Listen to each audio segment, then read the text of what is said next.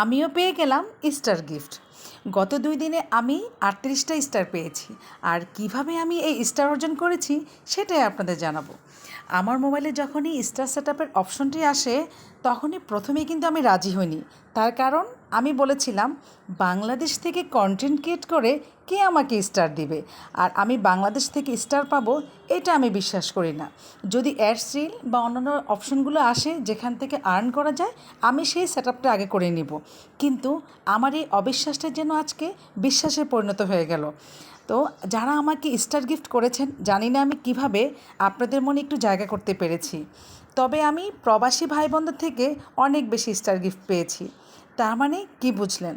বোঝা গেল আপনি যে কন্টেন্ট ক্রিয়েট করছেন তা দেশে বিদেশে সব জায়গায় সবাই তা একসাথে দেখতে পায়। তাহলে আর দেরি কিসের? আপনারাও যারা এখন স্টারটি সেট আপ করেননি, আজই সেট আপ করে নিন। ভিডিওটি ভালো লাগলে লাভ, লাইক এবং শেয়ার দিতে ভুলবেন না। আপনাদের সাথে কথা বলতে বলতেই কিন্তু আমি একটি মজার তরকারি রান্না করে ফেলেছি। সেটি হলো লাউ দিয়ে চিংড়ির তরকারি। দেখতে কিন্তু কালারটা খুবই সুন্দর হয়েছে। আমি এটাতে সবুজ রাখার চেষ্টা করেছি, তো সেরকমই হয়েছে। আশা করছি খেতেও অনেক মজা হবে। তো আপনাদের যদি ভালো লেগে থাকে আপনারা এভাবে রান্না করে খাবেন। আল্লাহ হাফেজ।